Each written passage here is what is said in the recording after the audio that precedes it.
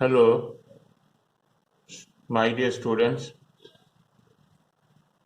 Today I'm going to start a new topic, band breaks.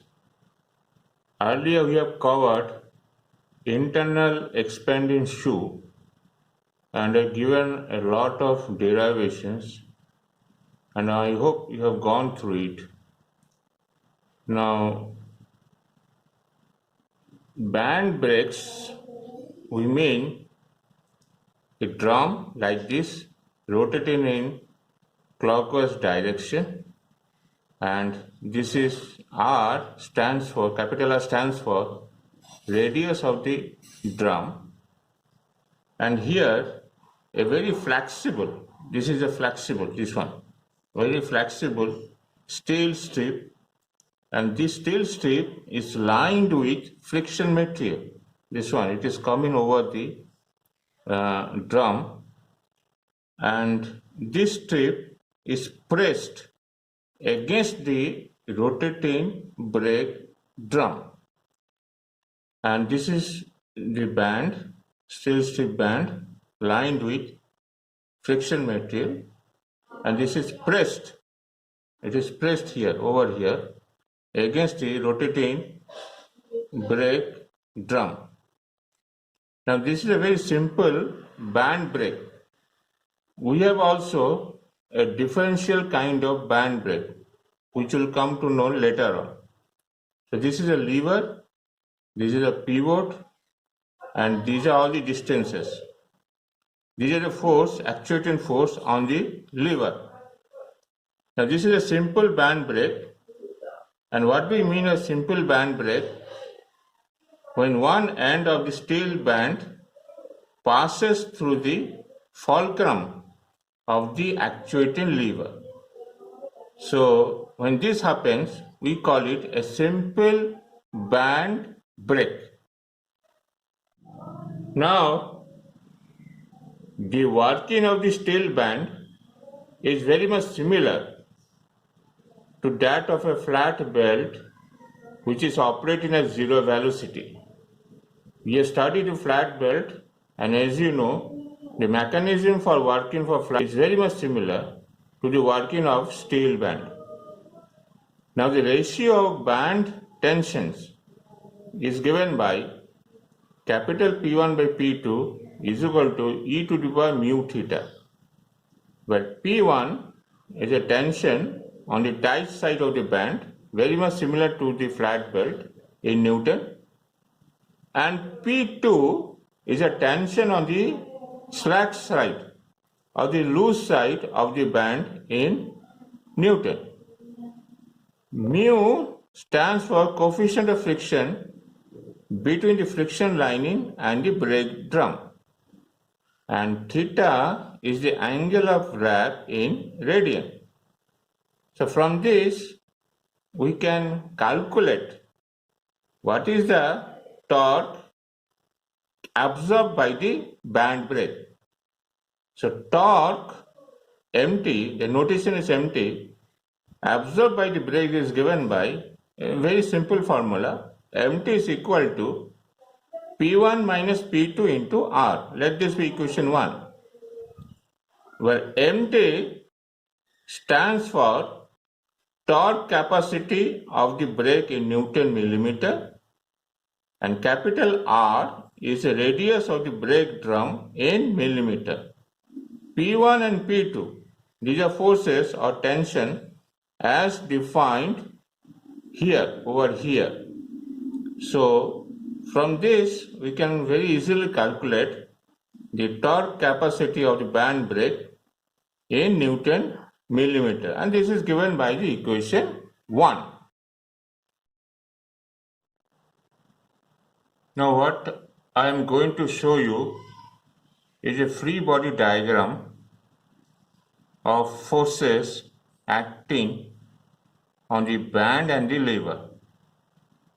So this is a drum rotating clockwise direction, and these are the forces. Lever, P is actuating force on the lever, P2 and this P2 in the same direction, and P1 capital P1 and capital P1 in this direction.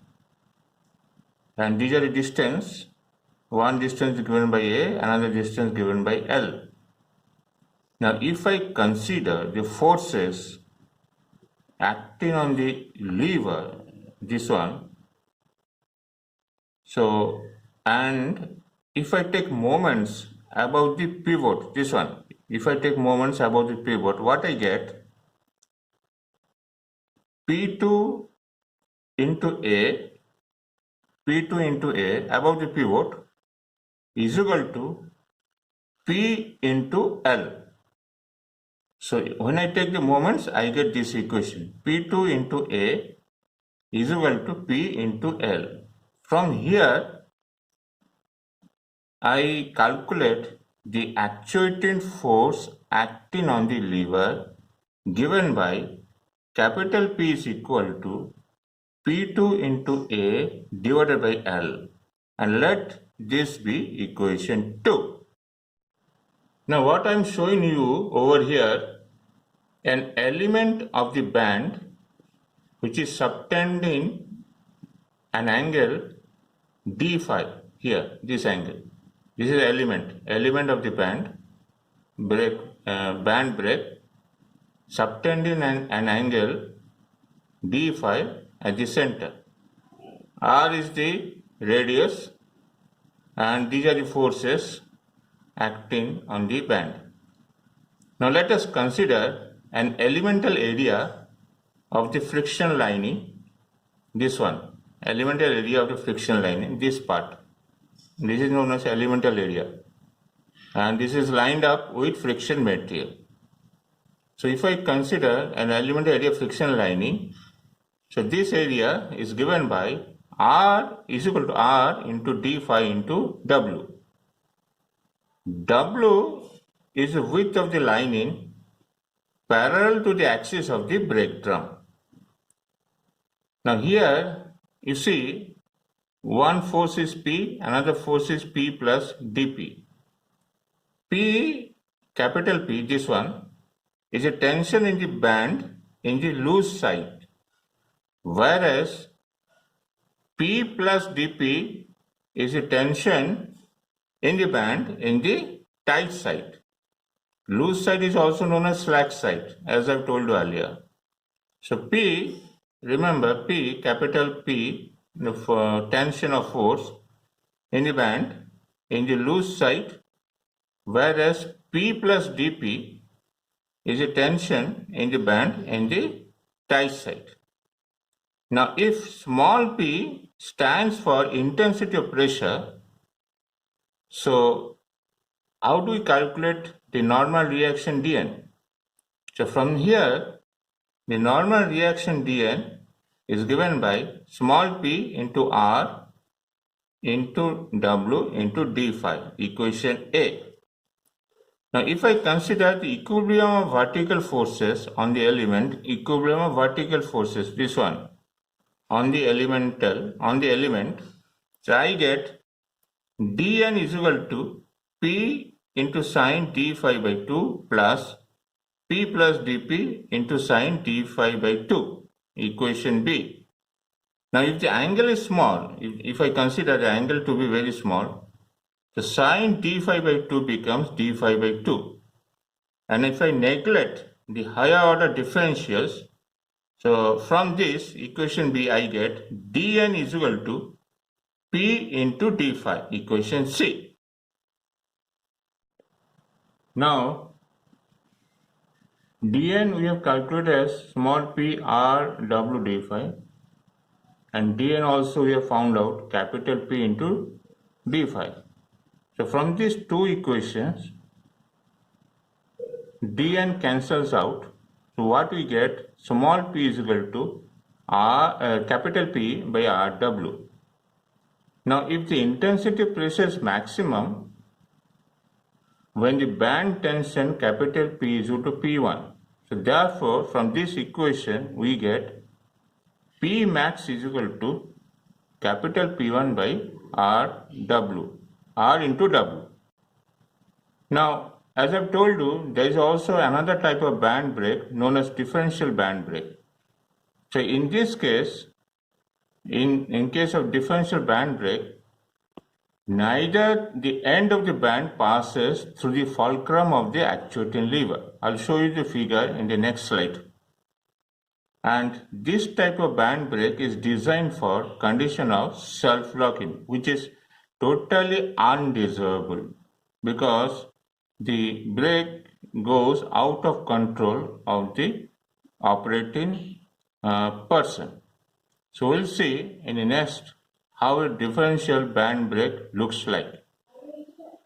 Now here if you see this figure, it stands for differential band brake, and this is not only the construction part, but it also shows various forces acting on the band and the lever, differential band brake and lever. Here drum rotating as wise and clockwise are radius. So these are the forces P1, P2 and P, and these are the distances given by various notation, and this is a lever. Now if I consider forces acting on the lever, and if I take moments about the pivot, this one, so I get P about this pivot, I am taking moments of the forces acting on the lever, P into L, so P into L plus P1 into B, P1 into B minus P2 into A, minus P2 into A is equal to 0.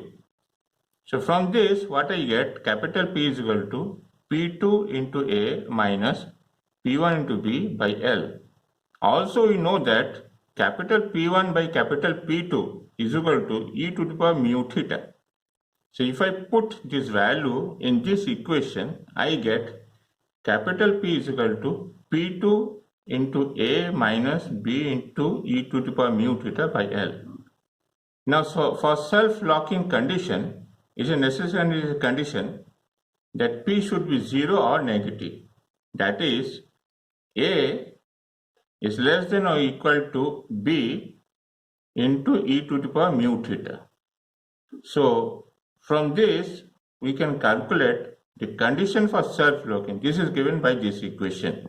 A by B less than or equal to e to the power mu theta. And this condition, as I've told you earlier, is totally undesirable because when this happens, self-locking system happens, the brake goes out of control of the operator. So this is not a desirable condition. This is totally undesirable condition, and that is why band brakes are not used in automobiles. They are used in hoist, elevators, and so on. Thank you.